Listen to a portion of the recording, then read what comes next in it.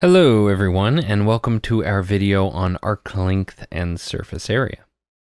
So now we're going to start by turning our attention to the question of how to find the length of an arbitrary curve.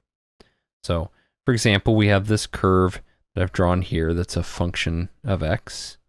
Whoa, not sure what happened there. Let's try that again. That was a little strange. Okay, so this is f of x. All right. So we've got this curve, f of x, and we want to figure out how to find the length of this curve. So what we're going to do is start by partitioning the interval from a to b into n equal subintervals of length delta x. So like up here, I've separated this into 4 subintervals, for example.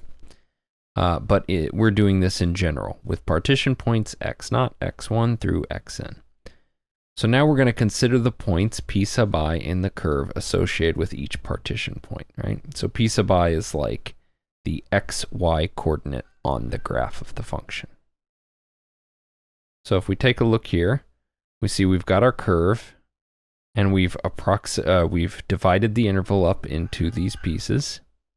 And so what we can do is approximate the length of the curve by taking the sum of the lengths of the lines from each sample point on the curve.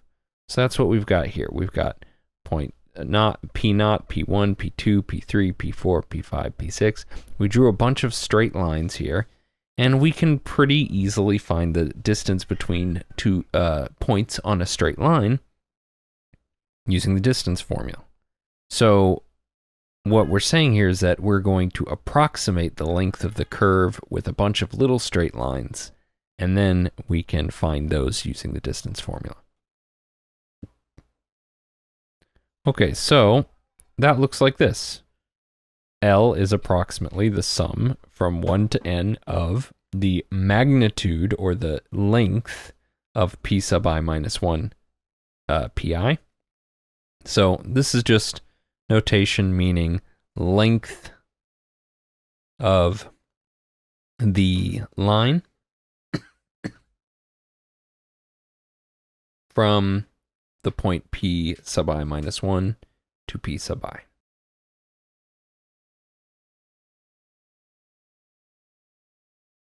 So intuitively, if we take the limit as the number of subdivisions we make goes to infinity, in other words, as we approximate this curve by even more smaller and smaller lines, then that should give us the actual length of the line. But that's not very useful in this current form, because what is that length? I need some sort of formula to work from here. So let's move on to dealing with that. If we make an assumption about the behavior of our function, then we can derive a nice formula. So in particular, we will assume that the function is smooth. This means that it has a continuous derivative. So note, in our discussion of this, our treatment of this, we are fixing the width of our intervals to be equal. So delta x is a constant, but delta y is not. So what do I mean? I mean, regardless of how many subintervals are broken into, I make sure that each of them is the same width. But of course, that's not possible for the height, because the function might do this and then shoot up more dramatically. So when I look at the delta y, how much y is changing,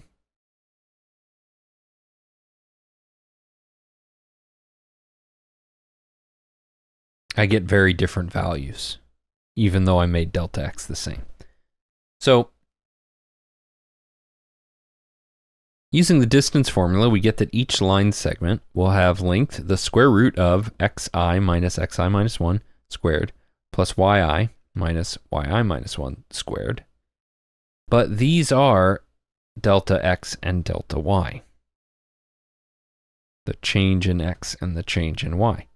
So by applying the mean value theorem to the function f of x, on each subinterval from x sub I minus 1 to x sub I, the mean value theorem says we'll find some point in the interval x sub I star such that f of x sub I minus f of x sub I minus 1 equals f prime at that sample point x sub I star times xi minus 1. But of course, this f of xi minus f of xi minus 1 is delta y sub I. So all of this was just to say we could find a more explicit way of writing delta y sub I, the change in y, as f prime of xi star delta x. So now if we apply this to our distance formula, we have the square root of delta x squared plus delta yi squared is equal to the square root of delta x squared plus f prime x of x sub I star times delta x squared. And if I square both terms, the derivative and the delta x, I can then factor out delta x squared. So I get the square root of 1 plus f prime squared times the square root of delta x squared. And since delta x is positive, the square root of delta x squared is just delta x.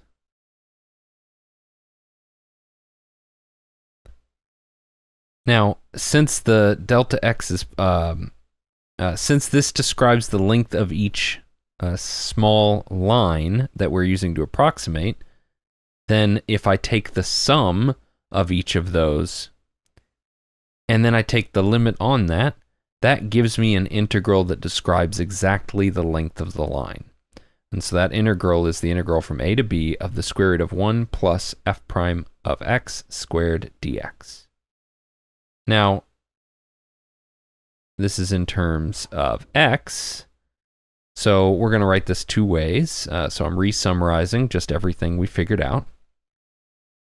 The arc length formula for a function of x is given by, if f prime of x is continuous on AB, then the length of the curve, y equals f of x, for x from a to b, is L equals the integral from a to b of the square root of 1 plus f prime squared dx. Or in Leibniz notation, L equals the integral from a to b of the square root of 1 plus dy dx squared dx. Now, of course, that's in terms of x, but it doesn't really change anything if you find the arc length formula in terms of y. I'm not going to rederive it, but if we were to have instead treated delta y as constant and delta x as changing, we could have derived the exact same formula, and the only difference is that we are integrating with respect to y and taking the derivative of y in our of f with respect to y in our formula. But other than that, it's exactly the same formula, whether you are integrating with respect to x or y. Now, what decides whether you are going to integrate with respect to x or y? It actually, in general, doesn't matter. So oftentimes, you'll have functions that you can do either way, either by writing them as a function of x or a function of y. But usually, there's a way that's easier. So you try to do whichever version is going to be the easiest to do. Okay, so let's tackle an example. Example 1, find the exact length of the curve described by y squared equals 4 times x plus 4 cubed when x goes between 0 and 2 and y is positive. Now, the fact that y is positive here is useful because I have y squared equals 4 times x plus 4 cubed. I need this to be either x equals or y equals. So the fact that y is positive means I can take the square root and I only have to worry about the positive root. And the square root of 4 is 2, and then this becomes x plus 4 to the 3/2. Now, in order to apply my arc length formula, I need the derivative of the function. So y prime is 2 times 3/2 times x plus 4 to the 1/2. And there's technically a chain rule here, but the derivative of x plus 4 is 1, so it doesn't change much. And then this becomes 2 over 2, cancels 3 times the square root of x plus 4. So my length formula, since I'm integrating with respect to x and my bounds are from x is 0 to 2, is the square root of 1 plus this derivative squared integrated with respect to x.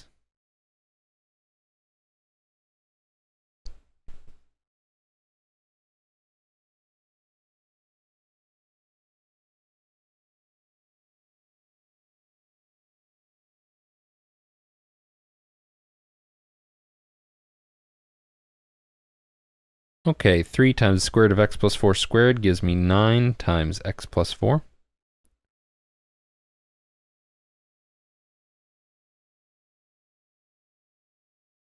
That's going to give me 9x, and then 36 plus 1, so that's plus 37, dx. And this is a pretty standard integral. U is 9x plus 37. So du is 9 dx, or du over 9 is dx. And when we plug in our new bounds, or our old bounds, when I plug in 0 into u, I get 37. When I plug in 2, I get 55. So this becomes the integral from 37 to 55 of the square root of u, which is u to the 1/2, times du over 9. And that's 1/9 u to the 3/2 divided by 3/2, evaluated from 37 to 55. Now, since I'm dividing by 3/2, I can rewrite that as times 2/3, which gives me 2 over 27. And then I'm going to evaluate my u to the 3/2 at 55 and 37. Now, I will point out, you could have written this as, say, the square root of 55 times, or to the 3rd power minus the square root of 37 cubed. And sometimes that's relevant because you might get numbers that you can actually evaluate the square root of. And so you'd be able to simplify it. In this case, you can't simplify this in any meaningful way. All you can do is plug it into a calculator and give a decimal. And I don't care about that. I would prefer you just leave the exact answer in this form. All right, let's take a look at another one. Find the exact length of y squared equals x from 0, 0 to 1, 1. Okay, so in this case, the problem isn't telling us if we should integrate with respect to x or with respect to y. It's not giving us explicitly bounds from x to, from one x value to another. It's giving us both, that both x and y are changing from 0 to 1, which means we have to decide for ourselves which variable we want to integrate with respect to. So I'm going to just go ahead and go with, since it's already written as x equals y squared, I'm going to go ahead and use that version instead of solving it as y equals. So if x equals y squared, I need to take the derivative of x with respect to y. So that's 2y. And so this means I'm going to be integrating the square root of 1 plus dx dy squared, and that means I'm integrating with respect to y. And my y is varying from 0 to 1. So this becomes the integral from 0 to 1 of 1 plus dx dy squared dy. That's 1 plus 2y squared dy. And this is where things get a little trickier, because this is one of those very standard kind of forms where we have to use a trigonometric substitution. So in this case, 1 plus 2y squared looks a lot like 1 plus tangent squared of theta, which we know is secant squared of theta. So I'm going to let 2y be tangent of theta. If I take the derivative of both sides, I get 2 dy equals secant squared of theta d theta. And so dy is secant squared of theta over 2 d theta. Now I do need to change bounds, but actually computing those bounds is can be a little bit difficult. In this case, we would want, when we plug in y as 0, what angle gives us 0 for tangent. But then when we plug in y as 1, we would need what angle for tangent gives us 2. And that's tricky to figure out. You could write it as tangent inverse of 2, but that doesn't really help us evaluate anything.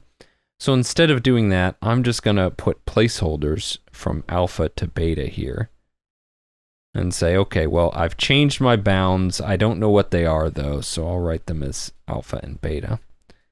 And then this becomes the square root of 1 plus tangent squared times secant squared of theta d theta over 2.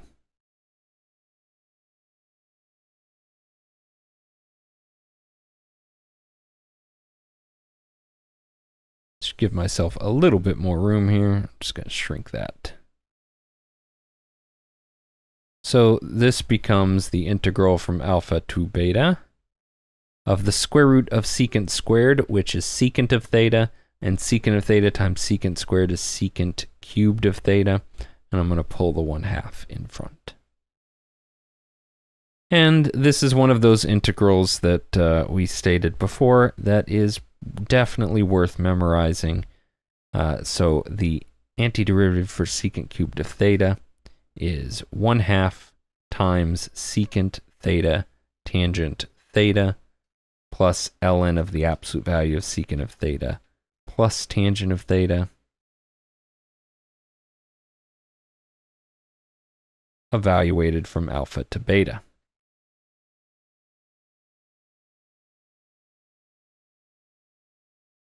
Now I need to substitute back to my original variable so that I can use my original bounds. And how am I going to do that? Well, I know that tangent of theta is 2y, but I also know that 1 plus tangent squared of theta is secant squared of theta. So 1 plus 2y squared is secant squared of theta. So I know that secant of theta is the square root of 1 plus 4y squared. So I'll go ahead and put that all together, substitute those in. 1/2 times 1/2 is 1/4. Secant of theta, again, that's the square root of 1 plus 4y squared, times tangent of theta, which is 2y, plus the natural log of the absolute value of the secant of theta, 1 plus 4y squared, plus tangent of theta, which is the 2y.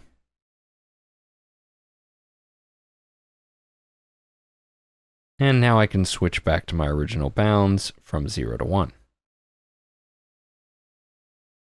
When I plug in 1 into this equation, I get 1/4 times the square root of 5 times 2, so that's 2 root 5, plus the natural log of 5, the square root of 5 plus 2,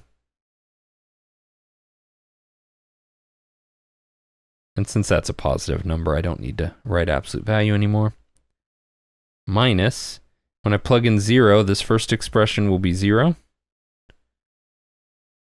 plus ln of, I'll get 1, but ln of 1 is also 0.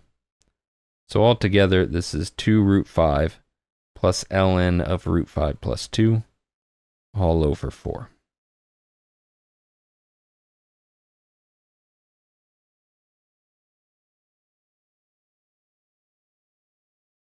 Okay, well, that's it for that one. Now let's move on to the arc length function. So this is an expansion of this idea, where instead of just taking the arc length at some individual interval, we try to create a function that describes the arc length from A, an initial point, to any stopping point x. So that does mean we have to change our notation a little bit to avoid duplicating variables that are doing different things. But we can say if y equals f of x is a smooth function for x from a to b, meaning its derivative is continuous, then s of x equal to the integral from a to x of the square root of 1 plus f prime of t squared dt gives the length of the curve from a to x. So all this says is we can create a function by integrating to a variable upper bound, and that'll allow us to describe the arc length to any stopping point.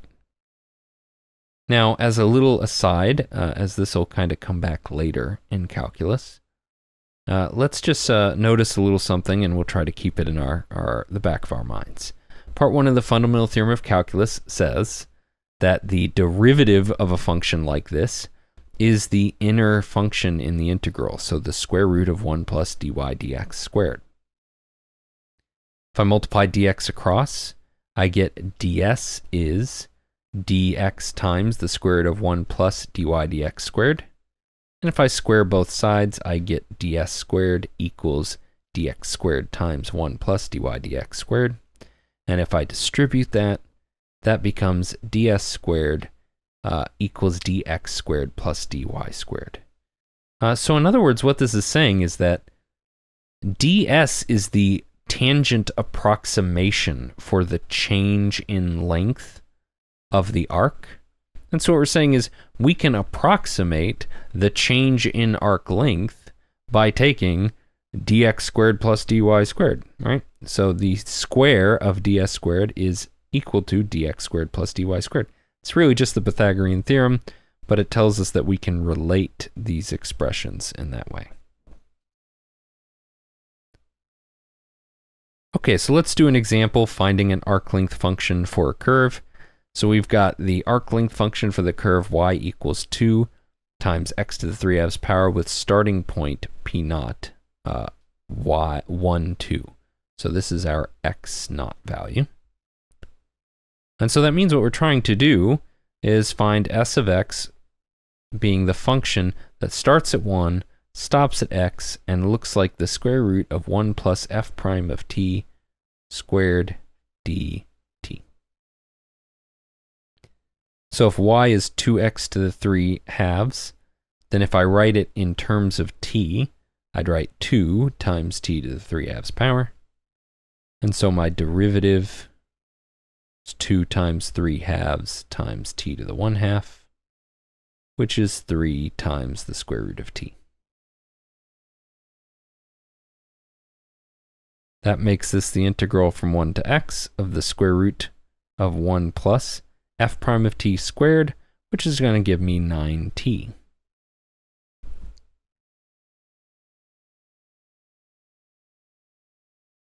Now I'm going to skip a little bit of a step here.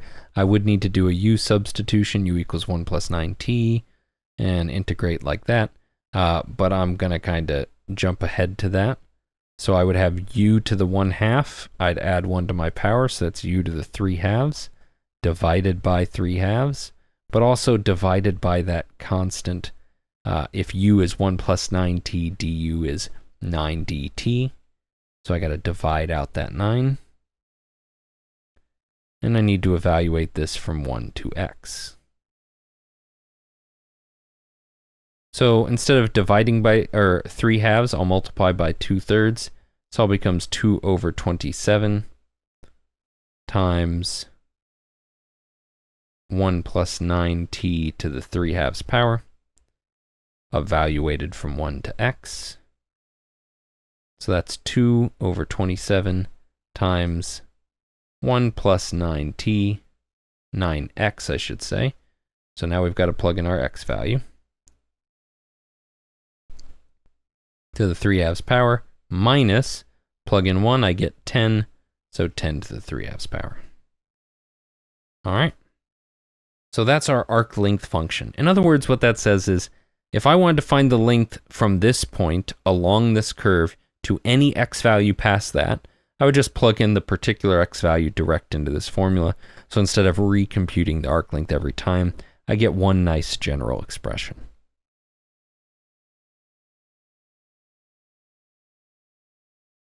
Okay, let's move on to the next topic. So now we're going to talk about areas of a surface of revolution. So previously we talked about volumes of a surface of revolution. Now we're going to look at surface areas. So first we're going to note that the surface area of a cone is given by A equals pi RL, where L is the length. I'll draw a separate cone here for this.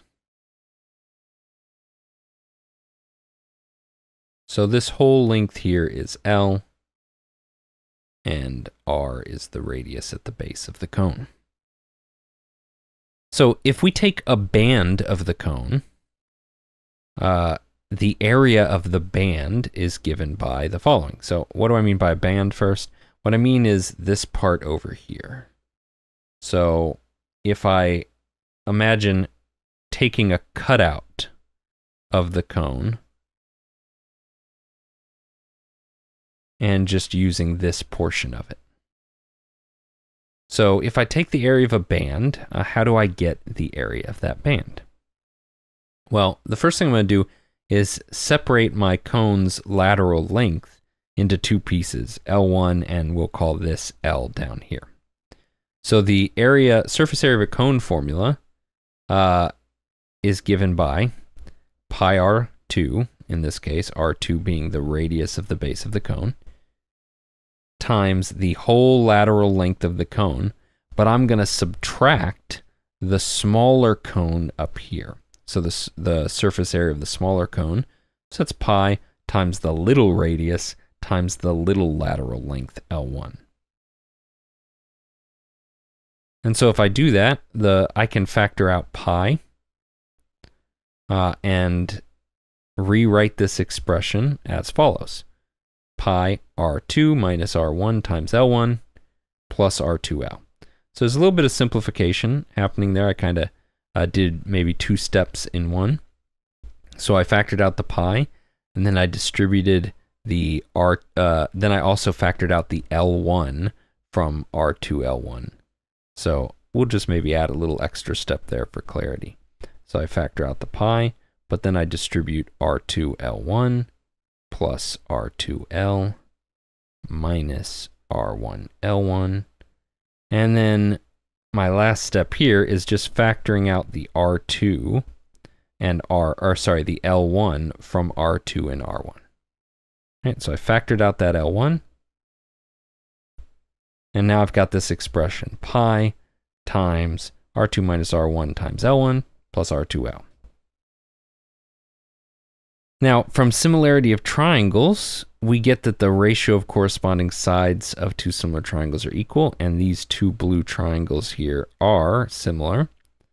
So we get that L1 over R1, that's L1 over the little radius, is equal to the whole lateral length, L1 plus L, over R2, the larger radius. So I multiply R2 across and multiply R1 across. And what do I get?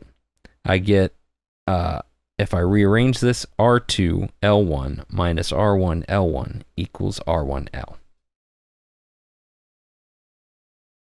And then I factor out the L1, and I get R2 minus R1 L equals R1 times the big L, or the little L. I keep mixing up the bigs and littles. Let's try that again. R2 minus R1 times L1, which is the bigger L over here, equals R1L. So what this allows me to do is substitute this back into this area of my band formula, and I get area is pi times R1L plus R2L, factor out the L, and finally pi is R1 plus R2 times L. Now, if we take the average radius, the radius between R1 and R2, we can rewrite this expression by using R equals 1/2 R1 plus R2. which would let us substitute 2r in place of r1 and r2. So that gives me the area is 2 pi rl, or in other words, the area is the circumference times the lateral length. Okay. Now, we consider a surface of revolution generated by rotating a function, y equals f of x, about the x-axis. So you're rotating this thing about the x-axis, and imagine that you are taking a slice out of this, just kind of like our slabs from before, except they don't have to have constant cross-sections here. We take this slice, and we look and go, okay, well, we can see that the average radius of this band, right, the average radius is really just f of x sub I, right? I take the function value at the sort of middle of this interval. All right, so I'm approximating with a cone. I'm using like a slice of a cone. I go over here, I find the mid point of this interval, and I say, okay, the radius of this thing, r, is f of xi. So now I know what the radius is, but what I also need is the lateral length. Okay, so how do I find the lateral length? Well, we already did. We found our arc length formula before, and so that lateral length is just the expression the square root of 1 plus f prime squared delta x. And now that is delta x sub I star, but since we can choose our bands to be as small as we want, right? When we set up these little pieces of cone, we can make them as small as necessary to make sure that x sub I and delta x sub I are really close to each other. And then since f is continuous, that means the output of f at those 2 points will be really similar. So in other words, we can express our band's surface area as at least approximately 2 pi f of x sub I star times the square root of 1 plus f prime of x sub I star squared times delta x. And then by taking the sum of a bunch of the areas of these bands across the surface, we estimate the total area by the sum from 1 to n of that expression. And then if we take the limit as n goes to infinity, that's an integral. And so we can say when f is positive and has a continuous derivative, the surface area of the surface obtained by rotating the curve y equals f of x from a to b about the x-axis is given as s equals the integral from a to b of 2 pi f of x times the square root of 1 plus f prime of x squared dx. And of course, we can also write that in Leibniz notation, which would just be substituting y in place of f of x and dy dx in place of f prime.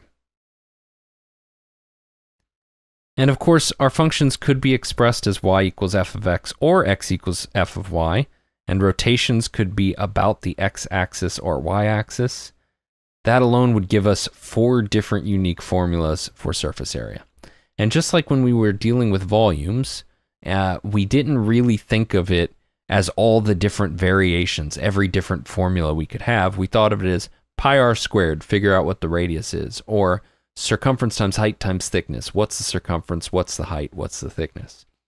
So the same thing applies here. We're not going to try to memorize all these different formulas. Instead, we're just going to think of this as the circumference times the arc length argument. In other words, the input for the arc length formula, and dx or y. So we just got to figure out what's the circumference, what's the arc length argument, and are we integrating with respect to x or y? Okay, so let's find the exact area of the surface obtained by rotating the curve about the x-axis, and the curve we have is y equals the square root of 1 plus e to the x. Now, in general, just like for arc length, for surface area, we don't really need to draw the pictures. All we need to think about is whether we're integrating with respect to x or y. And that is entirely decided by which way we decide to express our function.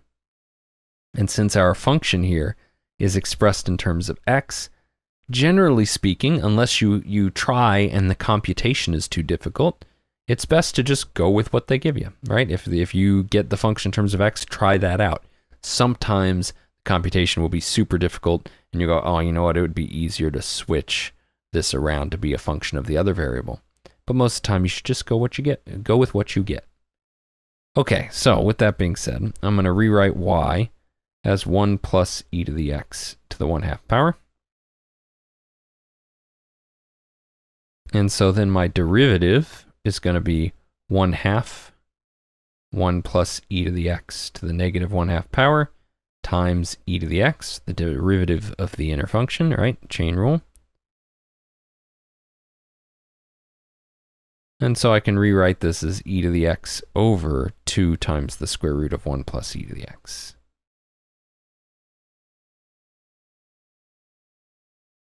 So then my surface area becomes the integral of 2 pi r, the circumference, from 0 to 1, because we're integrating with respect to x, the square root of 1 plus dy dx squared with respect to x. And now we got to plug stuff in. Now the question is, what is r?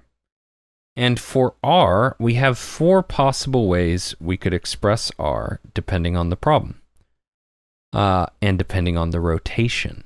So if we're integrating with respect to x, then r could be just x, or r could be f of x.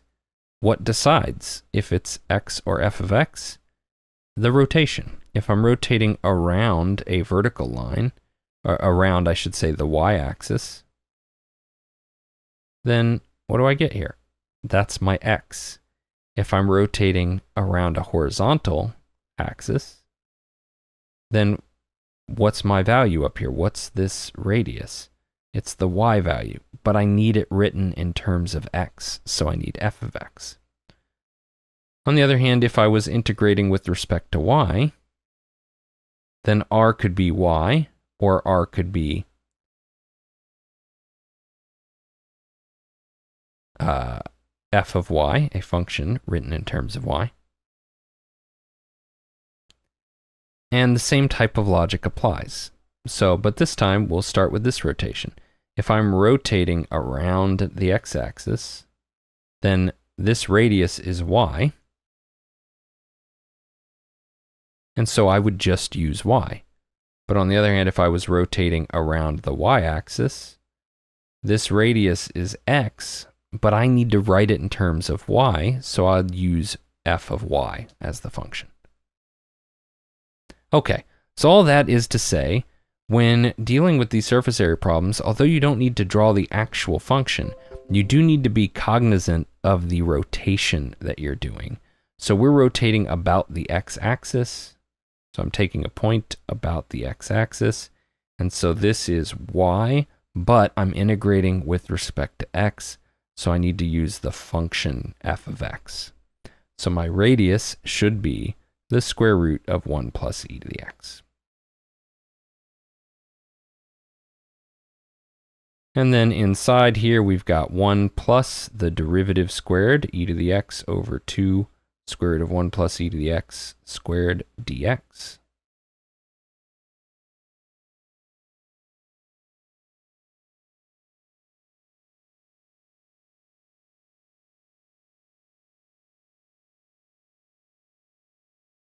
Okay, and now we've got a bit of algebra to do here.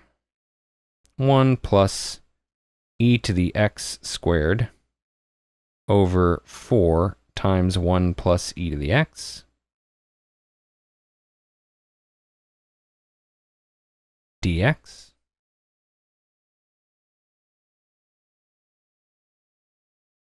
Now I'll find a common denominator inside that latter square root.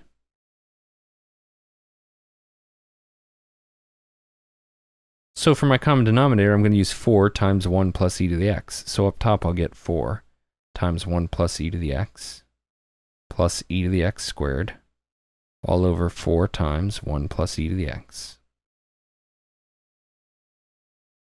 And I know that I can always split up a square root on a product or quotient.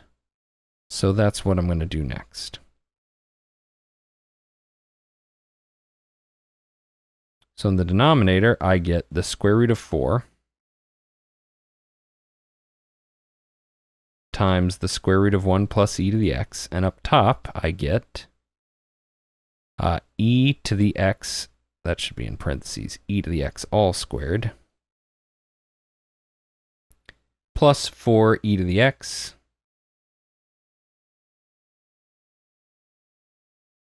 plus 4 dx. Okay, and now I can do some very nice simplification because 2 over the square root of 4 is 2, those cancel. Square root of 1 plus e to the x over square root of 1 plus e to the x cancels. And this becomes pi times the integral from 0 to 1 of the square root of e to the x squared plus 4e to the x plus 4. And that's a quadratic. Just imagine instead that I'd written u squared plus 4u plus 4 and factor as if u is just e to the x. And so what do we get? The square root of e to the x plus 2 times the square root of e to the x plus 2. But that's the same thing as the square root of e to the x plus 2 squared. And the square root of something squared is just the original number. So I get e to the x plus 2 dx. And now I integrate. So I get pi times e to the x plus 2x, and I evaluate this from 0 to 1.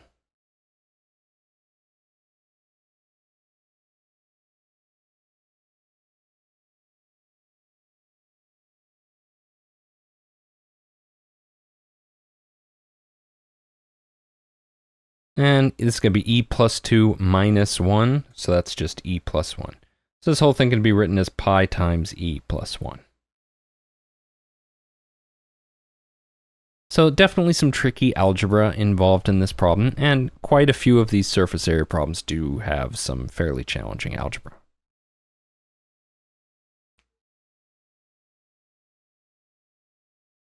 Okay, let's move on to another example. Find the exact area of the surface obtained by rotating the curve about the x-axis. So here we've got x equals 1 plus 2y squared, and our bounds were given from y equals y from 1 to 2, I should say.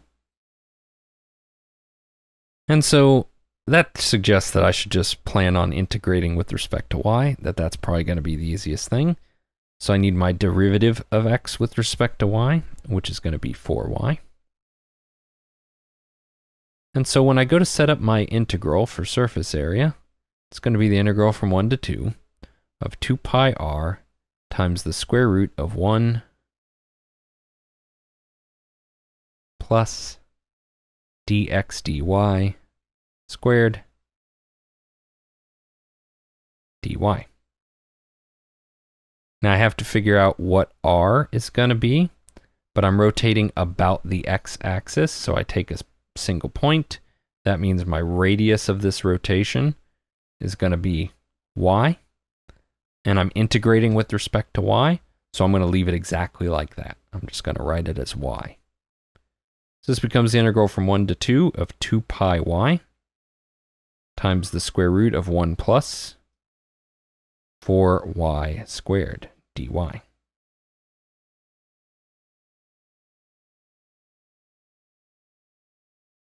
This becomes the integral from 1 to 2 of 2 pi y times the square root of 1 plus 16y squared dy. And now I'm going to have to do a little u substitution. So u is going to be 1 plus 16y squared. Du is going to be 32y. And u evaluated at 1 is just 17. U evaluated at 2, that's going to be 16 times 4, 65 when I add the 1. So now I can rewrite my integral as the integral from 17 to 65 of 2 pi. That should have been du equals 32y dy. And so du over 32 is going to be equal to my y dy. So I get the square root of u times y dy is going to be du over 32. And 2 over 32 is 1/16, so I pull out the pi over 16. And then this becomes u to the 1/2 du inside.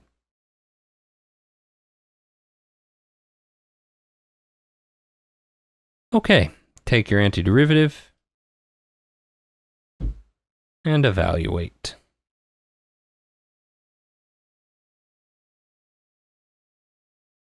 And instead of dividing by 3/2, I'll multiply by 2/3. I get 2 pi over 3 times 16.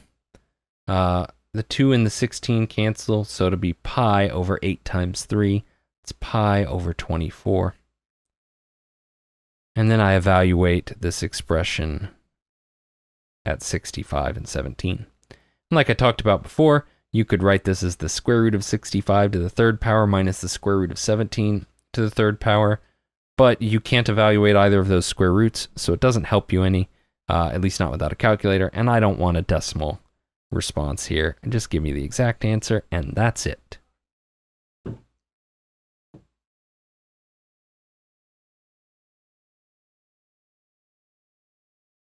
Okay, so one more of these before we move on to a one more topic here. Find the exact area of the surface obtained by rotating the curve about the y-axis.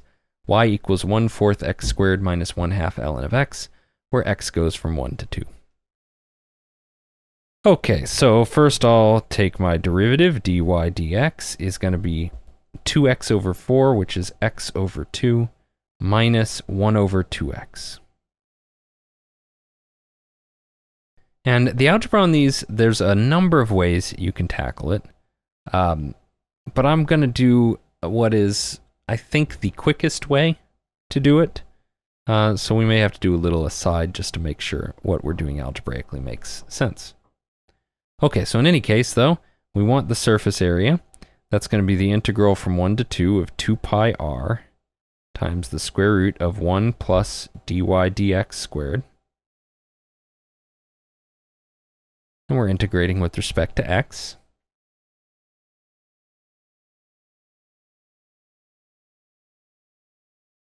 And now I need to figure out what is my r. So I'm rotating around the y-axis, so I take a point, I rotate it around the y-axis. My radius is the x-coordinate. How far have I gone in the x direction? But I'm integrating with respect to x, so can I just use it as x? Yes, I can. So this becomes the integral from 1 to 2 of 2 pi x times the square root of 1 plus x over 2 minus 1 over 2x squared dx.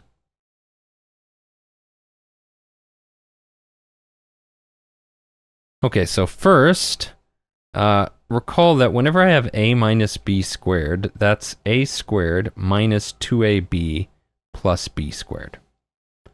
So when I multiply this expression out inside of my integral, so I've got 2 pi x times the square root of 1 plus x over 2 squared.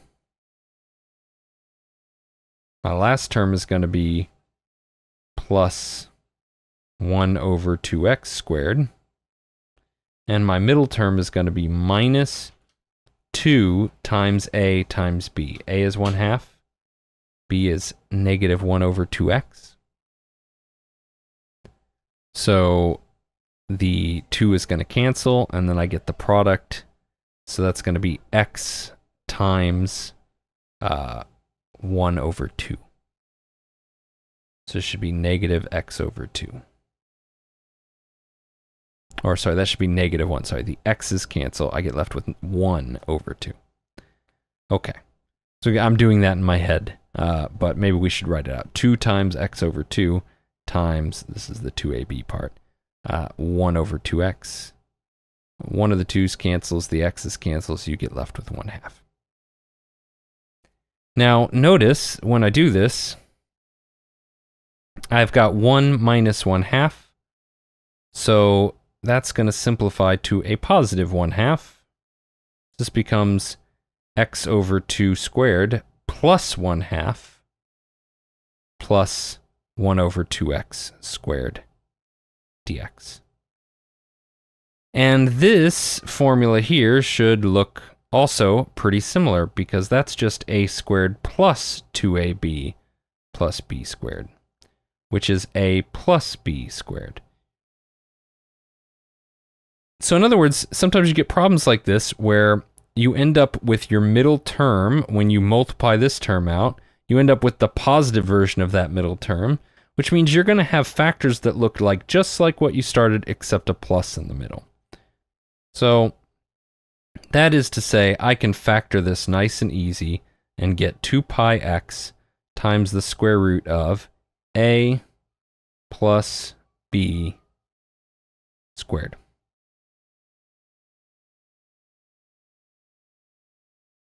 Now, there is a long way you can do this. You can find a common denominator, add both of those terms together. So back up here, x over 2 minus 1 over 2x. Find a common denominator, add them both together. Then when you add your 1, blah, blah, blah, blah, blah. But it takes, I'd say, about twice as much work algebraically. So I think this is really the way to go.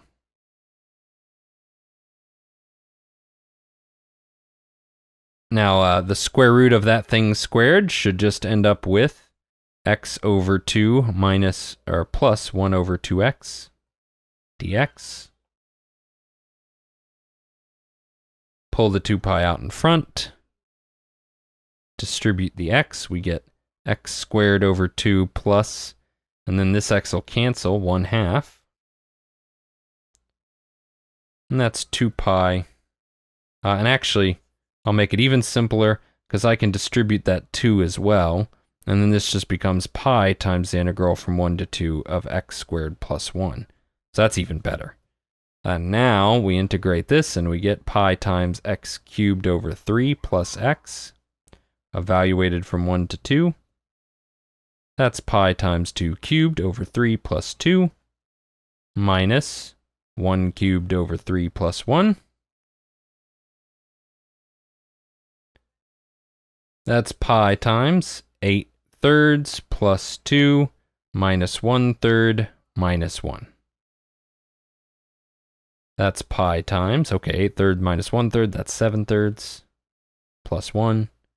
And altogether, that's 10/3 of pi. All right. So those ones are fairly challenging, but if you can keep this trick about your sum and difference of squares factoring in mind, it does make the algebra quite a bit easier. Okay, so now I want to talk about something slightly different but relevant, which is elementary functions. So the definition, elementary functions are the polynomials, the rational functions, the power functions, which is like x to the a, the exponential functions, which are like a to the x, a constant to a variable, power, logarithmic functions, the inverses of exponentials, trigonometric functions, inverse trigonometric functions, as well as any function that can be obtained by using the 5 operations of addition, subtraction, multiplication, division, and composition. So for example, the square root of x squared minus 1 over x cubed plus 2x minus 1 plus ln of cosine of x minus x e to the sine of 2x is an elementary function. So we have a very important question. Do all continuous elementary functions have elementary integrals, or in other words, antiderivatives? And the answer is no.